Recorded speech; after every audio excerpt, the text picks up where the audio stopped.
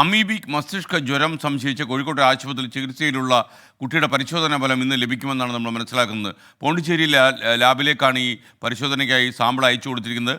മസ്തിഷ്ക ജ്വരം സ്ഥിരീകരിച്ച ചികിത്സയിലുള്ള 3.5 വയസ്സുകാരൻ വെന്റിലേറ്ററിലാണെങ്കിലും മരുന്നുകളോട് പ്രതികരിക്കുന്നുവെന്ന് ഡോക്ടേഴ്സ് അറിയിച്ചു. അതും ആശ്വാസകരമായ ഒരു വാർത്തയാണ്. കൂടുതൽ അപ്ഡേറ്റ്സുമായി മിഥില ബാലൻ കോഴിക്കോട് നിന്ന് ചേരുന്നു. Mithila, good morning. എന്തൊക്കെ വിശദാംശങ്ങളാണ് നമുക്ക് കിട്ടിയിട്ടുള്ളത്?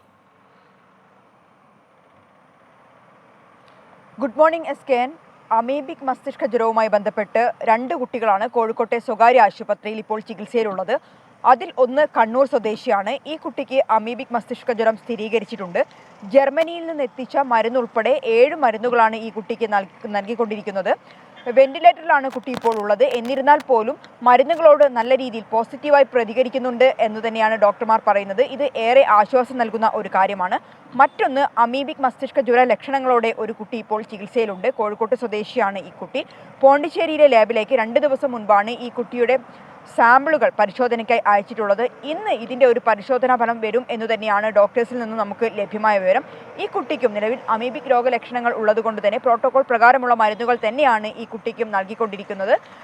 ഏറ്റവും ആശ്വാസകരം എന്നത് രോഗം സ്ഥിരീകരിച്ച് ചികിത്സയിലുള്ള കുട്ടി മരുന്നുകളോട് വളരെ നല്ല രീതിയിൽ പ്രതികരിക്കുന്നു എന്നുള്ളത് തന്നെയാണ്. SKN.